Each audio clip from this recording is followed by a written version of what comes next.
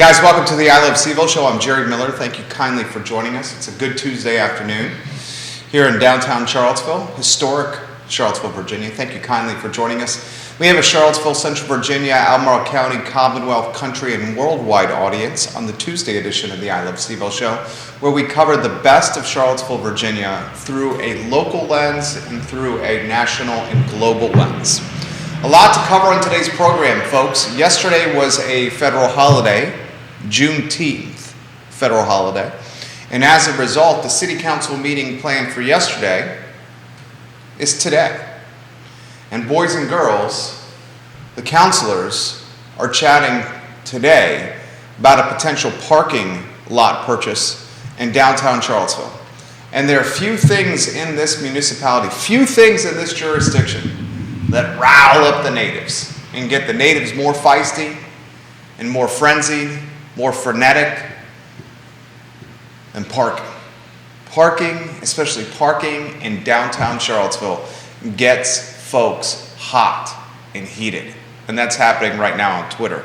We'll relay the story to you. Rory Stolzenberg, the planning commissioner for the city of Charlottesville, one of the planning commissioners, posted the who, what, when, where, why of a parking lot purchase on his Twitter account. It comes at the tune of $1,650,000 when many in the community say parking is not an issue in downtown Charlottesville. In fact, many in the community say that parking is plentiful, robust, bountiful, and everywhere in downtown Charlottesville. So that topic on today's show. We'll talk job layoffs today. They're happening left and right. 60 days ago, 90 days ago, Judah, what? 30, 45 days ago? Why don't we go to the two shot? Let's welcome Judah Wickower, and let's let his adoring fans see his mug on screen right now. There's the jack of all trades, Judah Wickower. I mean, 30, 45 days ago, J-Dubs, we're chattering on this very program that local businesses can't find folks to work. Now the chatter on this program is those jobs that existed 45 days ago, they're evaporating and disappearing. And the commentary by talking heads... I don't know that they're the same jobs, but I do know what you're saying. Yeah, I want to talk about that on the show. Carol Thorpe, welcome to the program. She's the queen of Jack Jewett. She's watching in the Jack Jewett district. My fear, and we'll talk about it on the show, is these job opportunities will evaporate. And the folks that were on the sideline, or as you put it, as you've, I think, very well described on this show, doing more with less money. Or finding other, maybe they're selling stuff on Etsy or... Yeah, they've reinvented themselves. There are ways to make money. Yeah, they're doing different things besides being in the workforce. Kerry Rock, welcome to the show. He says, J-Dubs, what up, dog? The folks that were on the sidelines, I think now are going to be in a very tough spot. I think they've been in the tough spot, and it's getting worse. Nothing is getting easier. It's going to get worse. And it's going to get ugly before it gets better. Oh, it's been ugly. It's just getting worse. It's going to get worse. Elon Musk now saying a recession is inevitable in a Zoom call yesterday. So we'll talk jobs locally here on the program. We'll talk parking and city council considering a $1.65 million parking lot purchase tonight. We got some Chief Brackney follow-up questions. There was a Reddit thread. Interestingly, I believe Rory Stolzenberg, the planning commissioner, also participated in that Reddit thread that you sent my way. I wouldn't be surprised. And we have some follow-up questions from the Brackney Reddit thread. At least I certainly do. I know you do as well. Yeah. What struck you from the Chief Brackney Reddit thread? I will give background for the viewers and listeners. Brackney now suing for $10 million. She had a press conference last week on the federal courthouse steps. Initially, in November of last year, she demanded $3 million. And she said, pay up and pay up quick because you fired me based on me being a woman, based on me being a black woman, and you did it in backroom wheeling and dealing that wasn't right and fair to me. Last week, she takes that $3 million ask, raises it to $10 million, and threatens audio recordings, secret tapes she has in her possession. This has been the talk of the community, certainly the talk of City Hall, certainly the talk of local government. A Reddit thread that got pretty deep on the topic you and I both read. What struck you from that Reddit thread with follow-up questions you may have? I mean, not to go into all of it, but I mean, there's just some interesting things about, council taking a straw vote in a closed session after the Unitarian Church incident in December 2020, having a majority to remove, and Chip Boyle's supporting Brackney, at least vocally, up through the end of August, when she was fired at the beginning of September. I just think there are definitely some interesting aspects of the story, and it would be nice to have all this come out in court. I don't know if the city is going to wait around and let that happen. What'd you make of the Walker comments in that Reddit thread? The Kyle Walker comments in that Reddit thread? I definitely. It sounds interesting. I mean, talking about how, rather than a lot of this being a conspiracy or a city council member conspiring behind closed doors, there may have been more of desire to keep this away from Walker, just because of her tendency to blow things up, take them out of proportion, make them bigger deals. Anything she doesn't agree with, she could have turns into a crisis, and she could have taken it public. Something that wasn't meant to be public, and who knows. I think they were probably wise to keep it away from Walker, especially if they had any inclination that they were working as allies behind the scenes. Yeah. Which we know they were. Most likely, yeah. Most likely, yes, they were. There's no doubt that they were. And I want to talk on the Brackney scenario now with the benefit of hindsight, or at least a weekend of contemplation.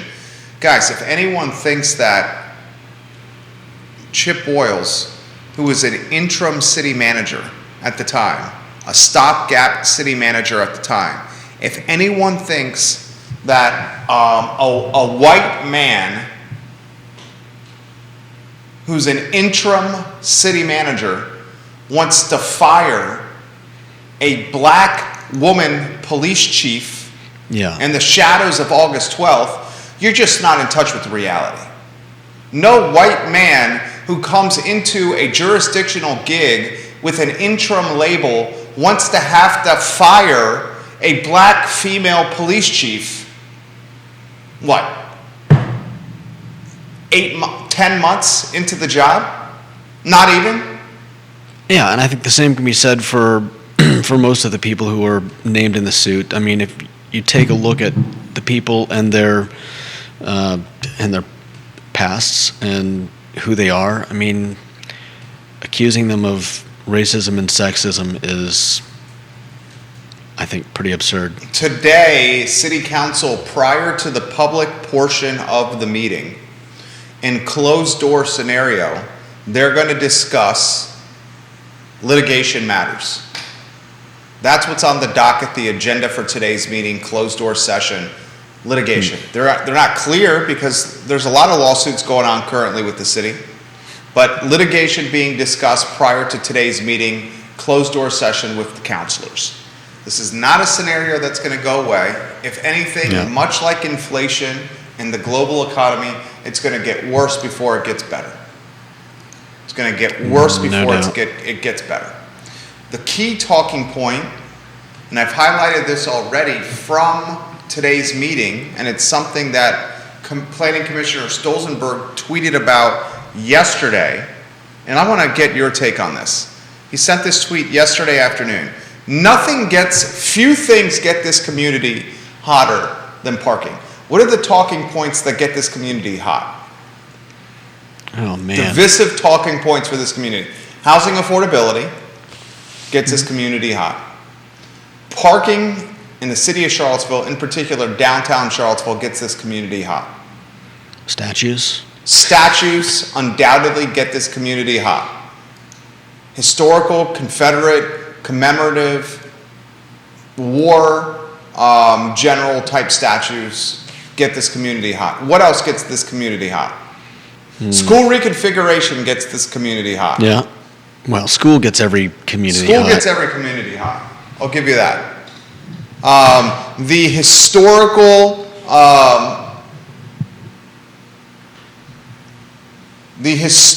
inequities of this community. Vinegar Hill gets this community hot. Yeah. The nursing that we're also going to talk about.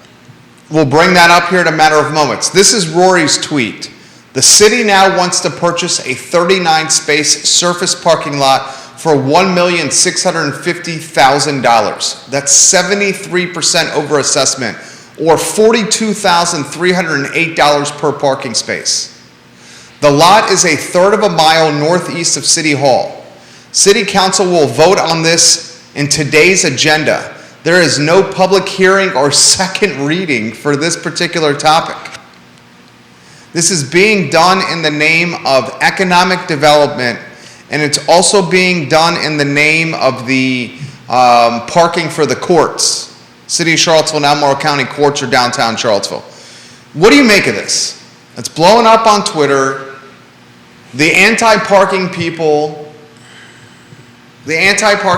are all over this. The anti-parking folks are often in that, what's the circle? Is it the Venn diagram where there's two circles and there's a piece in the middle? Yeah. The anti-parking people are very common with the Michael Payne ideology. Very left-leaning. The anti-parking folks. What does that have to do with being anti-parking? The people that are anti-parking, anti-City Hall purchasing this parking, are often the same folks that were pro-Bodo's union, that were Michael Payne's #1 biggest supporters, that were incredibly pro school reconfiguration at all costs, very much in the socialist ideology or camp, the anti-parking folks. I mean, do you think $1,650,000 is a good use of taxpayer dollars to purchase this parking space, this parking lot? Well, a 39 space lot? Well, if I understand correctly, the money comes from, the money's not new spending. The money was set to go to the former parking project. The Guadalajara parking lot. And it's been held back, I don't know, for whatever reason they withheld. So basically they're using money that they were already going to use for parking. So I don't really have a problem with that, but 73% over assessment, I mean, is that outrageous? I mean, have you seen what some of these properties have been trading for recently? A flat parking lot with zoning opportunity in downtown Charlottesville? Home to a 39 space lot? That's a pretty big lot. So you're just saying the assessment's gone up? Yeah. I think the value of dirt just about anywhere has gone up. And assessments haven't caught up to it yet. Scott Aaronworth, Virginia Beach, the Esquire from Virginia Beach, hello and welcome to the show. Grayson giving J.W. Wickower some props on the show. Loving Judah's contributions of late. You're getting some props from Jason, along with Kerry Rock. I mean, $1.6 million for a parking lot to appease the court's agreement and to make sure there's not an issue. In the grand scheme of things, that's not a hell of a lot of money. And eventually, you got to imagine, as we're in this endemic stage, or this endemic mentality or look to COVID, that people are going to come back downtown. And I understand the parking lots have been vacant, Water Street and Market Street. We get that they've been vacant, they're always vacant, they're always empty. But in the scenario that people return to downtown Charlottesville, you got to have the lots to accommodate them. Yeah, I think... Am I reading this wrong?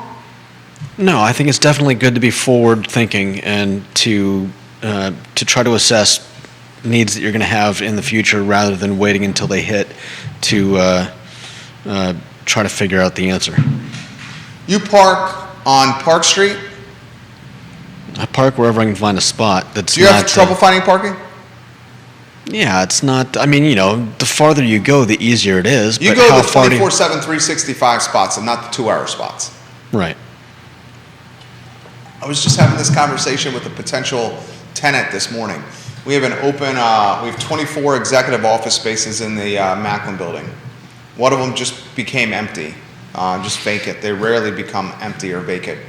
Tenant didn't renew their lease on May 31st, so June 1 it became empty. So I'm showing the space to tenants.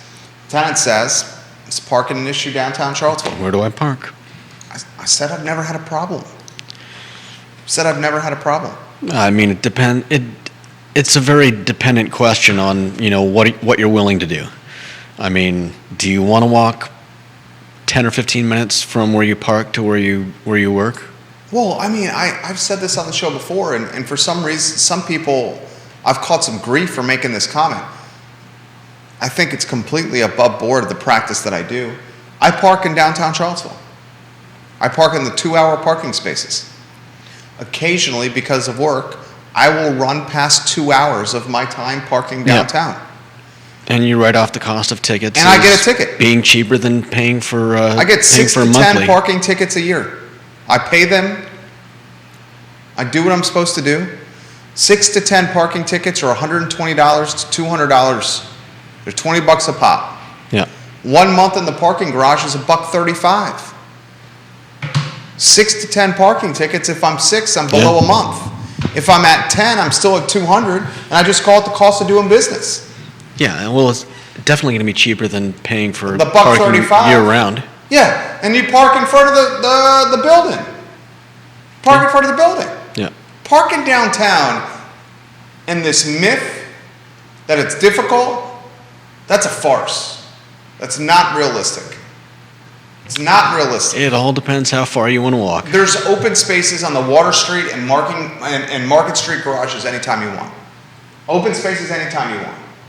The problem is starting somewhere and then going and looking for parking. What does that mean? That means if you're on this side and you're telling someone, oh, there's always parking over at the parking lot over there. The Market Street garage or the Water Street garage always have vacancies. It's rarely full. Rarely full. People just don't want to pay to park. People think that parking should be free. Yeah. And that's a misconception. It's a luxury.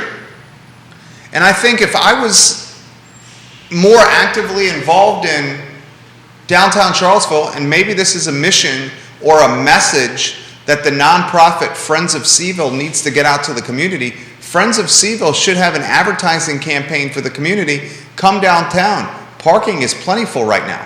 It's everywhere.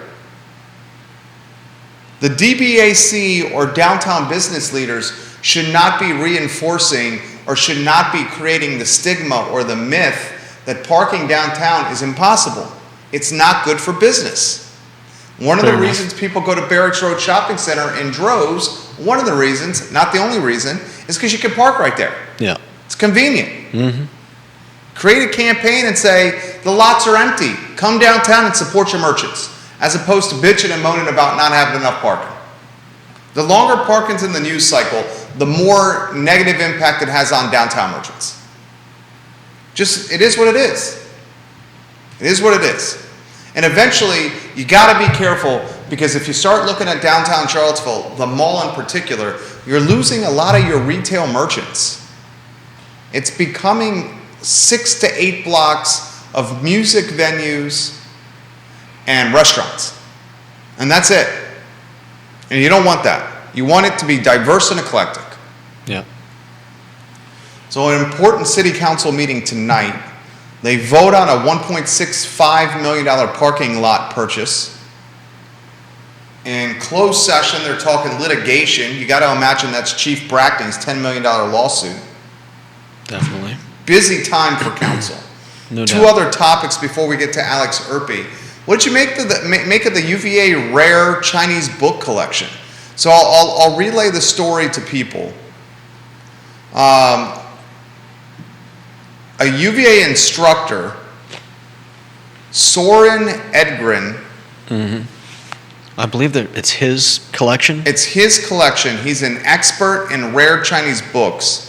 He spent decades gathering and collecting what is believed to be the most significant private collection in North America of rare Chinese books. He has taken his private collection, and it now has a new home in UVA's Albert and Shirley Small Collections Library and Rare Book School, where Edgren has been on the faculty since 2014. He just finished teaching a week-long course on grounds for the first time in person since the pandemic. 500 items in this collection. And primarily Chinese. And he was transporting it back and forth between Princeton and Charlottesville. Yeah! A rare Chinese... Every summer. Every summer. Yeah. 500 books, rare Chinese collection.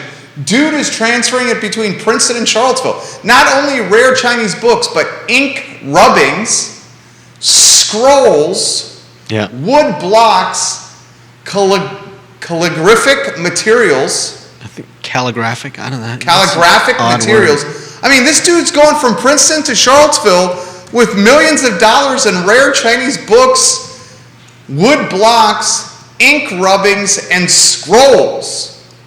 I mean, these are like the scrolls that like Moses had. Kinda.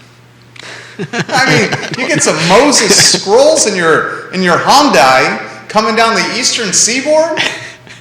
Don't stop at the rest stop on the Jersey Turnpike, because you don't want those scrolls to get someone breaking into that Jersey Turnpike and stealing them from your Hyundai. I'm sure that's what they would, I'm sure that's what they would steal. How do you think he transported 500 rare Chinese items from Princeton to Charlottesville? Do you do this in a U-Haul that's hooked up to your Hyundai Sonata? How do you transport these things? I think you want some climate control. What's climate control? 72-degree air conditioning in the Hyundai? I don't know what you need for old Chinese wood blocks and what scrolls. What kind of insurance plan do you need to put into play for some rare Chinese books, some ink rubbings, some wood blocks, and some scrolls? Yeah, what's the insurance coverage plan there? What kind of umbrella policy? Hey, Jake from State Farm, I need some coverage for my scrolls. Does Jake from State Farm have scroll coverage? I'm sure they do. This scroll is 600 years old. Will you give me an umbrella policy for that? Philip Dow, welcome to the program. 500 rare Chinese book, scroll, and ink rubbing collection, now home at the University of Virginia. I did not know this, and I'm going to throw this to the very well-rounded and well-versed and super dynamic Alex Urpí. There's a rare book school. I knew that. He knew that. I'm not surprised that Alex Urpí knew that. There's a rare book school at the University of Virginia. Did you know that, Judah? Well, after reading this article, I did. I found it fascinating. Absolutely fascinating. Last piece of news before Alex Urpí joins us in 35 seconds here. Dick's Sporting Goods in 5th Street Station is now Public Lands. It's a weird name. Yeah, I kind of get the brand reasoning. is Public Lands. So Dick's is no more. It's now Public Lands. Public Lands is celebrating its grand opening June 24th through 26th.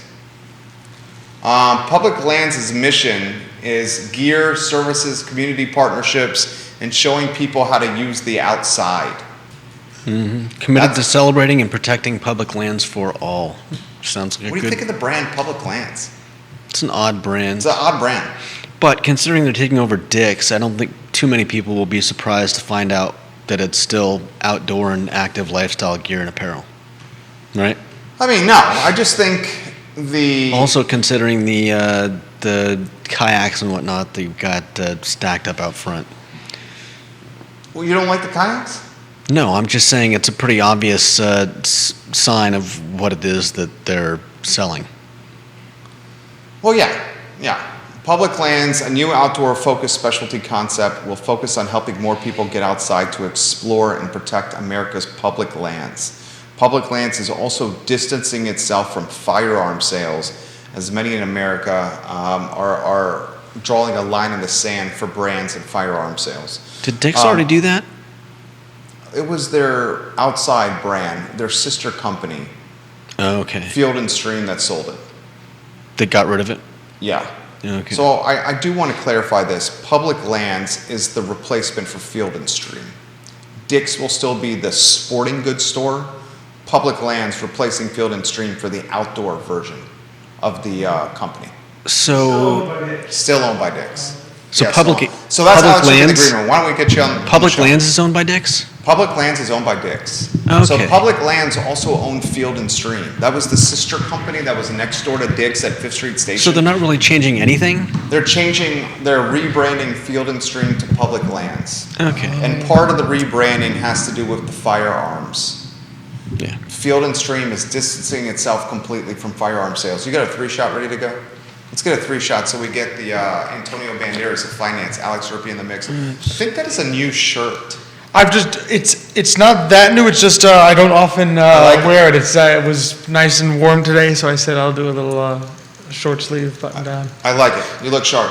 Thank you. So much I want to cover with you. First, you knew of the Rare Book School at UVA? Yes, in fact, when I did one of my papers at UVA, I actually examined like a letter from Jorge Luis Borges. He's an Argentine writer that they have in that collection. So they have a lot. It's not only like old books, but they've got a huge Borges collection of like letters, writings. I think they have an enormous Faulkner collection. So William Faulkner.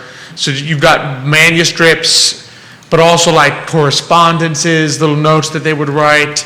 They have a lot that's in that collection. So you didn't, as a student, you were allowed, like you would go down there, they put you in a special room, and you were able to look at some of these. I mean, obviously it depends on the manuscript. You can't, probably the really most expensive ones, I doubt you can like touch with your own hands, but some of them you can like just look at with your own hands and then touch this letter that someone wrote 50, 60 years ago. That's the amazing part. And when Neil Williamson, we'll get to your comments. Nathan Miller, we'll get to your comments. Beth Dunlap Marcus, we'll get to your comments here.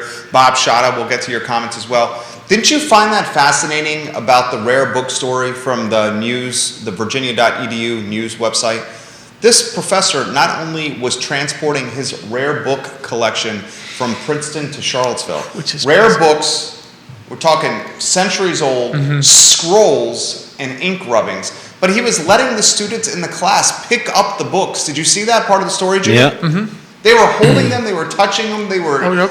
initially, I mean, what is a 20-year-old now? Takes out his phone to try to like experience the moment with the photo for social media. This is real This dude is experiencing like, it. put down your damn phones and grab this and touch it and be in the moment in my class. Oh, absolutely. And they'll probably, I would imagine with most of these, they'll probably still be able to do that. Because it's not difficult to, you make an appointment, say I'm a student, I want to examine this primary source document, and you go into like a special climate controlled room and take a look at it. It's a very neat place. Neil Williamson and Bob Shada, we'll get to your comments here in about 15 seconds. What is the best collectible that you guys have in your private collections right now? Oh, that's a good question. Mine is it comic books? Is it baseball cards, football cards? The best collectible I probably have right now is a Brett Favre rookie card from his time with the Atlanta Falcons. Oh, that's nice. Brett Favre, Hall of Fame quarterback, made his name with the Green Bay Packers, Super Bowl champion. I have a rookie card in mint condition of his from the Atlanta Falcons. Judah Wickhauer, I would imagine, I've known you for about a decade, that your rare collection, your private collection, has perhaps a rare book or stamp in it, or maybe a comic book. Alex, does yours have anything of merit? So I have ones that I'm personally attached. Probably the most valuable like collector's thing that I have is probably I have a baseball signed by Yogi Berra. That's pretty Yogi legit. Berra signed a baseball. Was that a gift from Xavier? I think it was, when we went out to Cooperstown. It was a gift from him. Okay, that's legit. Judah, anything in yours? I mean, I've got No comic books? I've got some old comics that might be worth something. I've got stamps, but nothing that I like. Yeah, I think I just found someone's old stamp collection. I have no idea if any of them are worth anything. So you have some old stamps. Let's get a value on those bad boys. I've got some old stamps. They could be worth something. I've got lots of old comic books, but yeah, I don't know how many of them are. None of them are like the first Avengers comic book first ever edition or anything like that. Neil Williamson, watching the program right now, president of the Free Enterprise Forum. Pittsburgh-based Dick's Sporting Goods outgoing CEO and chairman of the board, Edward Stack, said recently that the company plans to open an outdoor concept called Public Lands as the company looks to exit out of the Field & Stream business and the firearm business. That's correct. Dick stays. Public Lands replaces Field & Stream as they try to get away from firearm sales in this country. So Field & Stream was still selling firearms even though Ditch, I remember Ditch was in the news for saying they would no longer sell firearms, but they continued to sell it just in a different store? They had a lot of people angry at them for discontinuing their firearms. For doing that. Field & Stream had an incredible firearm selection at Fifth Street Station. Incredible. Now Public Lands comes in and they're distancing themselves from that. Dick's was not in the firearm business. It was the Field & Stream sister company that sold the firearms. Okay. Yeah, Dick's is more like the type of gear that you see in PE class, bicycles, stuff like that, where Public Lands and Field & Stream is the outdoor component of the business. Nathan Miller says his best sports collectible is a 1999 Orioles team signed ball, and he says Cal Ripken Jr. is on there. Oh, that's pretty nice. That's legit. Nathan, I'm writing back to you. That's legit. Bob Shada, watching the program, he also confirms what we're talking about. He says, Dick's was the same, but Public Lands took over the vendor that used to sell the guns and fishes. That's guns and fishing stuff. That's Field & Stream. He also said Dick's added a big bike repair department. No question that bike riding has caught fire during the pandemic. Oh, that's for sure. Yeah. What's caught fire, at least of today, is the markets. Oh, yep. What is going on today, my friend? I mean, do you always see these little bumps, especially in bear markets? Sometimes bear markets can have those really big one-day swings where a lot of negativity gets priced in. You maybe have some bad news that was unexpected, but then people look and say, okay, the market completely crashed last week. Maybe it's a good time for me to get in and buy. I wouldn't call this say, oh my goodness, we've turned the corner. But sometimes once the market has baked in a lot of bad news, there's some buying opportunities that people come in, and so the market's up about, I think last I checked, around 2.5% for the S&P 500 today. That's where it's at. Walk me through this. Unemployment, open jobs, people can't find work. Likely, economists say, has to increase for inflation to start getting in a check. So I read that as well. I think it was Larry Summers. Yeah, that's what it was. Larry Summers today. You buy that? That's such an economist thing to say. He literally said he wants 10 million people to lose their job. Yeah. Today, he said that. I kind of bristle when economists say things like that, because what they're just doing is looking back and saying, yes, historically, do unemployment and inflation not correlate with each other? Yes. In other words, historically, when inflation goes up, you tend to have high inflation, low unemployment, or in recessions, you have high unemployment and inflation comes down. However, we have also seen in the past 50 years plenty of times where unemployment was high and inflation was high, stagflation, and I just don't buy this notion. He's operating under this old Phillips curve that I think. The Phillips curve was this formula that suggested that there was an inverse relationship between unemployment and inflation. In other words, when one goes up, the other goes down, and vice versa. I think it's pretty clear. A lot of statisticians have said that is dead. That has not been true for the last 20 years, this notion that the only way to have lower inflation is to have higher unemployment, and the only way to drop unemployment is to somehow push up inflation. Really has not been the case for a long time, and I don't see, that seems to me a very I give up kind of mentality, like, we're just going to have to intentionally. Or heartless. Well, yeah, I mean, let's intentionally cause a recession, because I can't think of any other way to deal with inflation except intentionally causing a recession. When I think when you look at where we are, again, we've poured a lot of money into the system. I'm not saying a recession is avoidable at this point. It could be that it's not, that it's on its way and there's nothing we can do about it. But the idea that we should be aiming towards 10% unemployment in 1 year, or I think you said 5% unemployment for 2 years. I'll read it verbatim, and then Judah, you jump in here. Alex, you finish your thoughts. Wasn't it 10, 7.5, and 6? Yeah, This is what he said. Parsing it out with what we'd need. This is from Bloomberg News, and Larry Summers is a legit dude, former U.S. Treasury Secretary. Oh, yes. Larry Summers says in a speech from London that there needs to be a lasting period of higher unemployment to contain inflation. Summers says at least a 1 year spike to 10%, 2 years of 7.5% unemployment, and 5 years of 6% unemployment. Put in a different way, Larry Summers is calling for the unemployed rolls to swell to roughly 16 million people from just under 6 million people in May, and he's saying that's how you get inflation in check. It's such a cynical thought and mentality. I mean, is that really where we are sitting and saying that the best that we can do is intentionally go into recession because they can't think of any other way to deal with inflation? That's pretty much what he's saying. I mean, I don't know about you, I'd rather drill a bunch more oil and try to solve it that way before going into recession. What do you make of that? What immediately comes to mind for you, J-Dubs? MJ Arquette, we'll get to your comments here in moments, MJ. Well, the problem is I know a lot less than Alex does. And Alex, do you know anything about Alex knows the most here on this. Do you know anything about Triffin's dilemma? Triffin's dilemma. It has to do with our country. Well, it has to do with the U.S. dollar as the world reserve currency, and how it creates a strong dollar, but invites a lot more import than export, which is one of the reasons why we've lagged as an exporter in recent years. And then I was reading something recently, and it was tying some of that together with what's going on, and how historically they've tried to get rid of inflation, and the fact that I think there was So here's another big part is that we're in a credit cycle, a debt cycle, and the problem being that they're kind of stuck, because if they raise the rates, then obviously we start to see the stock market tank and the economy go down the drain.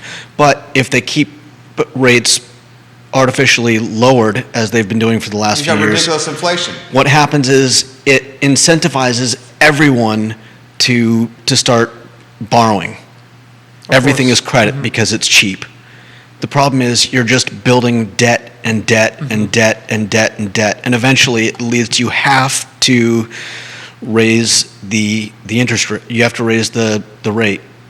And that, of course, is going to lead to the stock market going down. And so whatever they do, you can't I don't know that there is a balance that they can find in there that will actually work to resolve the issue. And I'm not sure that there is one on the Federal Reserve side either. In other words, there are times when we saw it in 1929 when the Federal Reserve kept rates, basically allowed money to become too tight. We saw it in early 2000s when Federal Reserve kept rates too low for too long. If the Federal Reserve makes a very serious mistake, it is not easily reversible. It's not like, we left rates too low for too long, let's just raise them and problem solved, right? Yeah. Or, oops, the federal government spent $2 trillion last year, it probably shouldn't have spent, let's just raise rates and fix it. Sometimes when you make a mistake of this magnitude, there is no easy fix. Walk us through in Cliff Notes, layman's terms, what Larry Summers is saying. And Nathan Miller is watching in Bridgewater, Virginia. Larry Summers, in my opinion, has historically had really bad takes. The former U.S. Treasury Secretary Larry Summers says 16 million, you want to curb inflation, 16 million Americans need to be laid off, lose their job, or get out of work. Yeah, basically what he's saying is there used to be, as I mentioned before, there used to be a formula saying, this formula was supposedly discovered back in the 60s, that historically when inflation goes up, unemployment goes down, the unemployment rate, and when the unemployment rate goes up, inflation goes down. In other words, they move in opposite directions. So what he's basically saying is, he obviously still believes that relationship exists. And so the only way to get inflation to come down is for unemployment to go up. What I was reading mentioned that, and they said it doesn't always hold true, especially if you look at places like Argentina, and which I think right now it hasn't held true in the United States since the 1970s. Interesting. Yeah. It's once the economy is a tricky thing. The moment you discover a relationship that exists in the economy and you try to exploit it, the relationship goes away because people now see what you're doing. They see what you're trying to do, and they adjust their behavior accordingly. And so it's very difficult to continue to rely on these 1960s formulas and say, oh, yes, if we just magically have a bunch of people that are suddenly out of work, this will solve all our problems. So the American population is 332 million plus or minus people. Mm-hmm. Of that 332 million, not all of job working age. Mm-hmm. You got children and you got older folks. So they're not all of job working age. Yeah. So to say 16 million people need to be out of work to to put inflation in check is at bare minimum, if you just take the population as a whole and not take out the old or the young. Mm-hmm. At bare minimum, you're talking 5% of the country. More realistically, 16 million people, it's probably 10. Well, like you said, it's around 10% of the labor force. Yeah, that is an astronomical amount of people. That is. 1 in 10 people, he's saying, need to be out of work. I know, it's just... That just shows it's like this thing is going to get way, way uglier. It shows that they don't have... An idea of how to stop this. Yeah. Mm-hmm. An idea of how to stop this, right? Isn't that what your take is? You're the expert. I got a talk show and a microphone. I don't think that they know at this point what to do. I think they're sitting there between and also they're sitting there between a rock and a hard place, and because the Federal Reserve might be saying maybe what we need to do is jack up rates to a really high level and squash this thing, but it's a decision, like because of Judah said, it's a decision that they cannot take. Yeah. Because the number one debtor is the United States government. Yeah. And already around 9% of the federal budget is interest payments on U.S. debt. Yeah. And this is interest payments on debt that is at like 0.25% interest rates. Yeah. So can you imagine what happens if the to rate... interest payments as a percent of the budget if the federal government owes 10, 12% interest rates on its bonds? Yeah. There will be no federal budget. Basically, the entire federal budget, the entire economy will go towards paying off debt service. So the Federal Reserve knows that. So they know that A, they cannot do what Paul Volcker did to crush inflation in the late 70s, early 80s. They cannot raise rates to 15% and try to squash inflation. They cannot do what was done in 1921 when there was super high inflation and the Federal Reserve said, we are just going to jack up rates and squash this thing quickly. In other words, you get a lot of pain in a short period of time. Mm-hmm. They cannot do it. Well, can they force the layoffs? No. Well, by doing nothing, it's going to happen organically? That's what I'm not sure how he intends. That's another interesting thing. I read this article and I said, how does he intend to achieve it? Is he saying just sit there and watch it happen? And let it go organically? Or is he saying he thinks that this will be the result of jacking up interest rates? It's difficult to say how he intends to, intentionally cause 10% unemployment. I'm not sure how he came to that conclusion, or maybe he's just talking theory. He's saying there's going to be a recession, and the recession is the only thing that will drop inflation. Carol Thorpe, watching the program, she has something to contribute on the collectibles in her private portfolio. She said, I have over 300 signed New York Giants autographed items. Wow. Perhaps my full team signed Super Bowl 21 program would be the most valuable item in my collection. That's legit, wow. Carol Thorpe. That's legit. Go Giants. I'm a big New York Giants fan. Bob Shada making a Seinfeld reference. Bob Shada says, Vandelay Industries is a big importer-exporter in our country. Vandelay Industries was the fake employer George Costanza worked for in Seinfeld. MJ Arquette is watching. She says, there's a girl chiming in. I have a New York Mets team signed ball, including Tug McGraw's signature, mid-late 60s. It belonged to my grandmother and received it when she passed away. One of my favorite items now in my son's room on his bookshelf. Nice. I love that. Thank you, I'm Jared. Close to 69 Mets, yeah. Can the 16 million unemployed just happen organically? The mom and pops, locally owned businesses, small businesses, Main Street businesses have cost of goods higher than ever before. Gas is affecting everything. Their debt service payments are going up because it's tied to a floating interest rate that's moving in the wrong direction. Yeah. They can't hire anybody. Maybe it happens organically, 16 million people. That's what I'm wondering if he's needed. I mean, if we hit 10% unemployment in 2008, 2009 recession. Yeah, so we've seen this before. You were going to say something, Judah? Yeah, I don't know.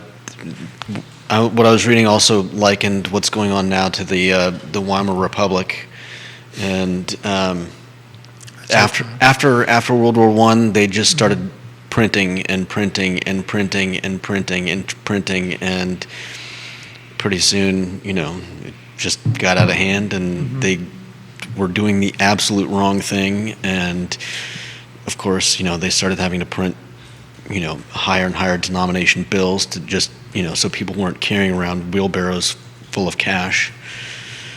Let's hope not. Michael Guthrie says, good to see you on camera, Judah Woodcower. Michael Guthrie, welcome to the broadcast. What scares you the most about all this? My big concern is that if this inflation that we're seeing is still the result of a lot of poor decisions being made, I don't think it's a guarantee that if you go into recession, suddenly inflation vanishes. That's my only concern. My only concern is that the Federal Reserve does just enough to push us into recession and not enough to get rid of inflation. And so you have a lot of people who are out of work, and that's stagflation. That's stagflation. And we talked about that about a month ago. We did. That's my concern, that you do just enough to push the economy downward, but not enough to actually get rid of inflation. And so you get a lot of people who are stuck with facing both at the same time. Oof. That's my concern.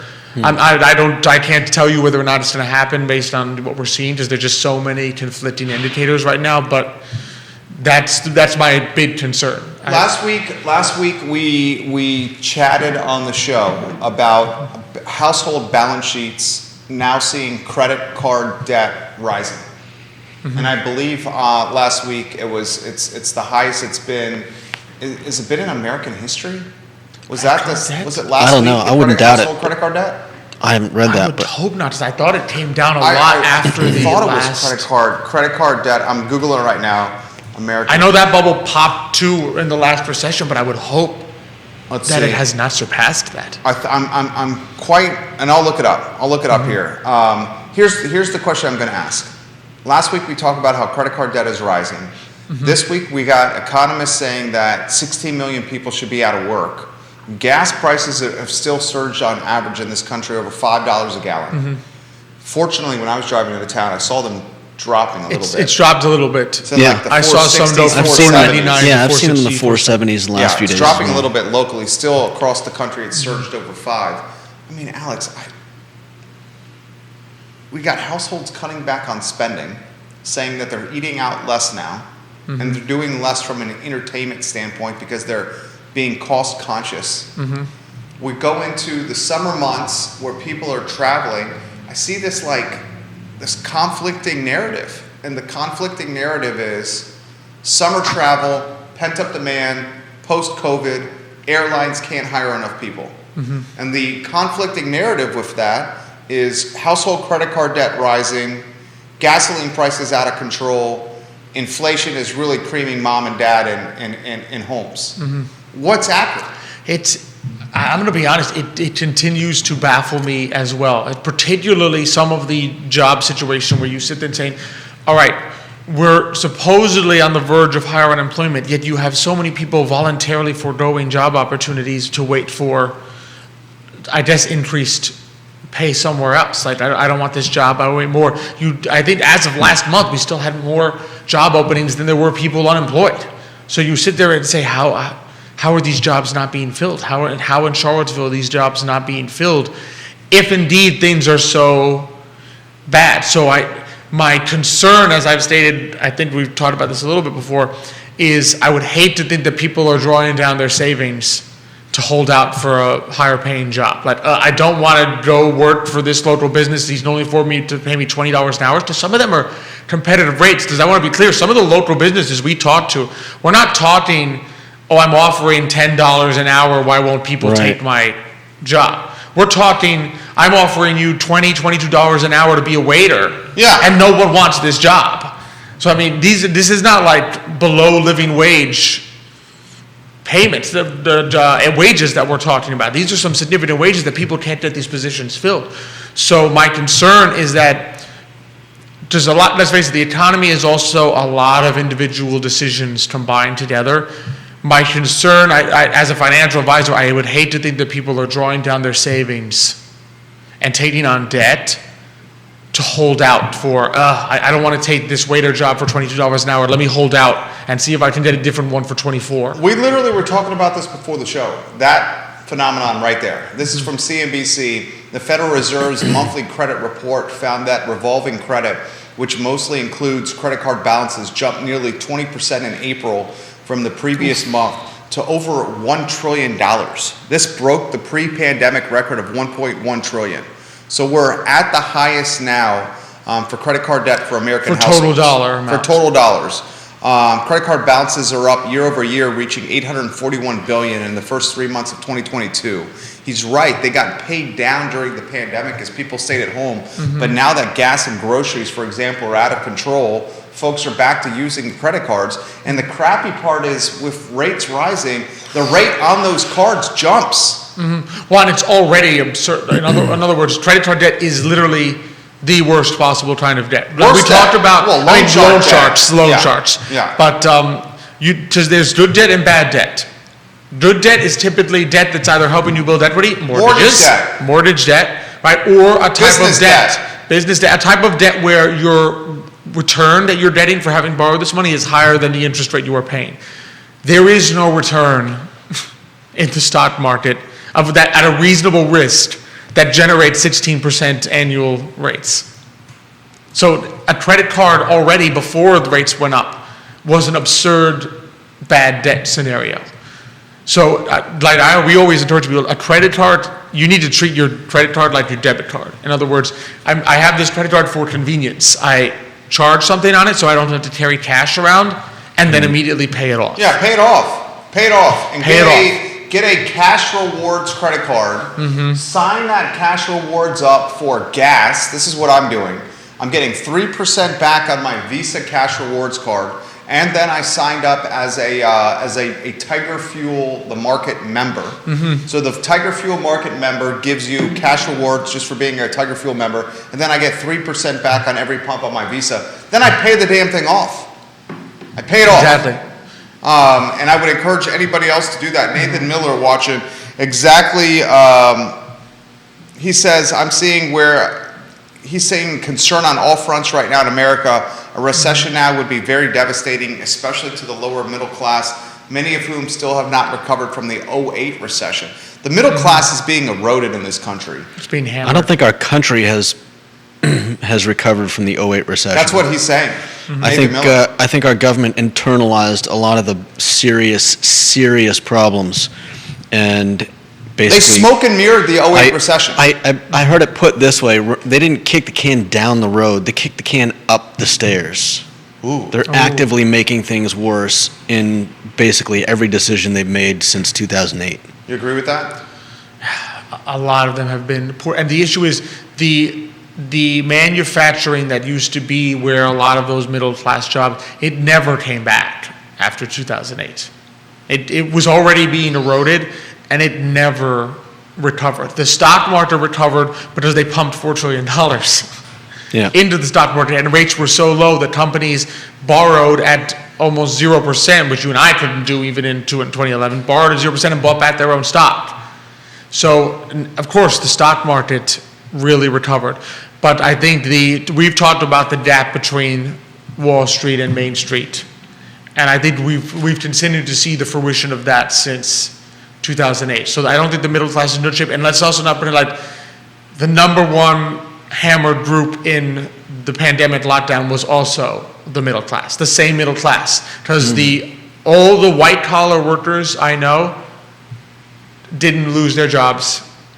They worked from home. Probably some of them I know even saved a little money. And I know some people in certain professions who made more money. Certain professions who made more money because of the pandemic than they were making even before the pandemic. A huge portion did that. A very large portion of white collar, upper class workers. But the middle class that would go to work and that got paid decent wages is the one that got shut down. Yeah. You want to add to that? Yeah, definitely. I mean, we all know that the divide is growing between the haves and the have-nots.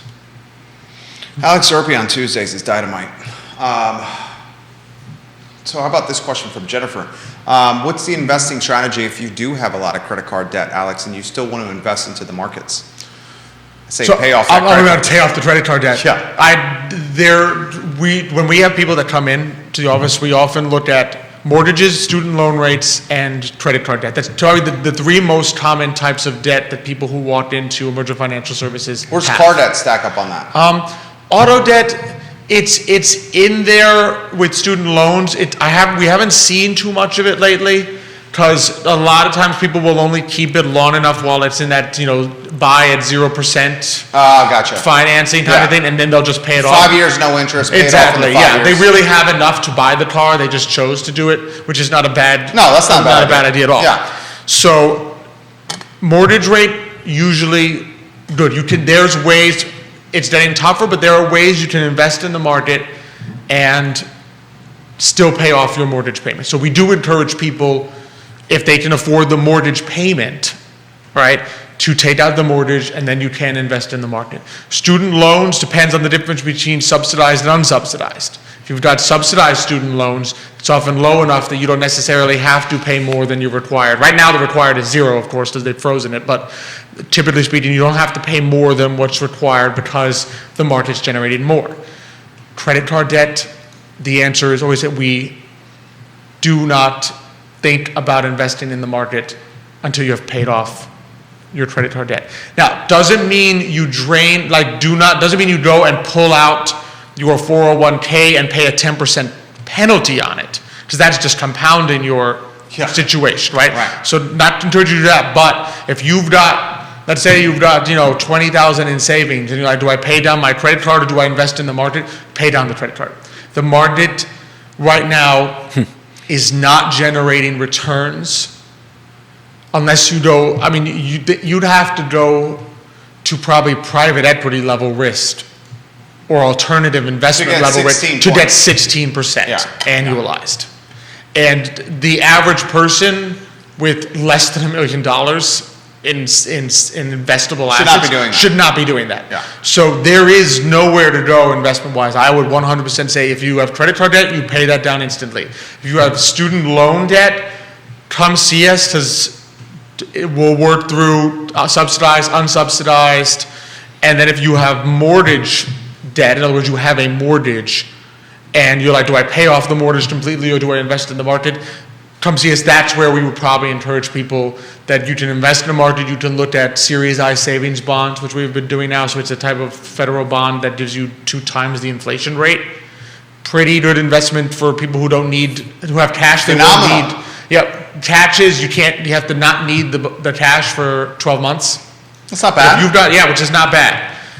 So we've encouraged people to take a look at that if you have some savings, because you could say, well, if my mortgage is 5 and 5.25, right, and right now it gets recalculated every 6 months. The May calculation is 9.6% annualized for a Series I savings bond to net the difference, which is good. That's your good debt at work. But if you've got credit card debt, that 100% pay that off first. Alex Urpi, guys, our guest, CEO, Emergent Financial Services. One of his fans is outside the window right there, looking into the show. Oh, look at that. Man follows Alex Urpi around here in Charlottesville. All right, my friend, Thursday edition of Today y Mañana.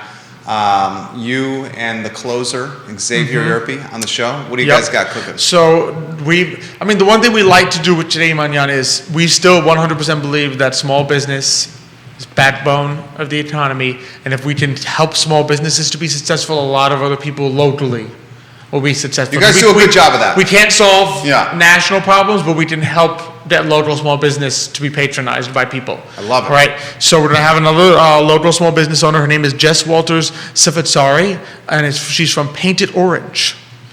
So it's like Painted Orange at Hilltop. I think people come and she teaches them a little bit of painting. They get together. So it's a good little small business here that we're going to talk to her about and just learn about what she does. Very nice. Thursday at 10:15 a.m. right here on the I Love CVille Network. Love it. You did a great job today. Thank you. Alex Urpí, guys. He's fantastic. CEO of Love being on Emergent with both of you. Services. Oh, we love having you. Tuesday's legitimately one of our favorite shows that we do because of you. Yeah, definitely. His show is fantastic. The Urpí family has a fantastic show, Thursdays, 10:15 a.m., where they are undoubtedly champions of small business in this community. They are fantastic, and they look at life and their show through a positive lens, and you see it Thursdays at 10:15 a.m. For Alex and Judah, my name is Jerry Miller. It's the I Love CVille Show, where we talk for about an hour and change each day on this program about stuff that's important to us. I mean, real talk, real life that's important to us. For Alex and Judah, Jerry Miller, we will see you tomorrow at 10:15 a.m. with the good buddy Keith Smith on Real Talk with Keith Smith. You guys have a good afternoon. Take care. Good job, Alex. Oh, thank you. Thank you. Good show. It's tough times, but important for people to know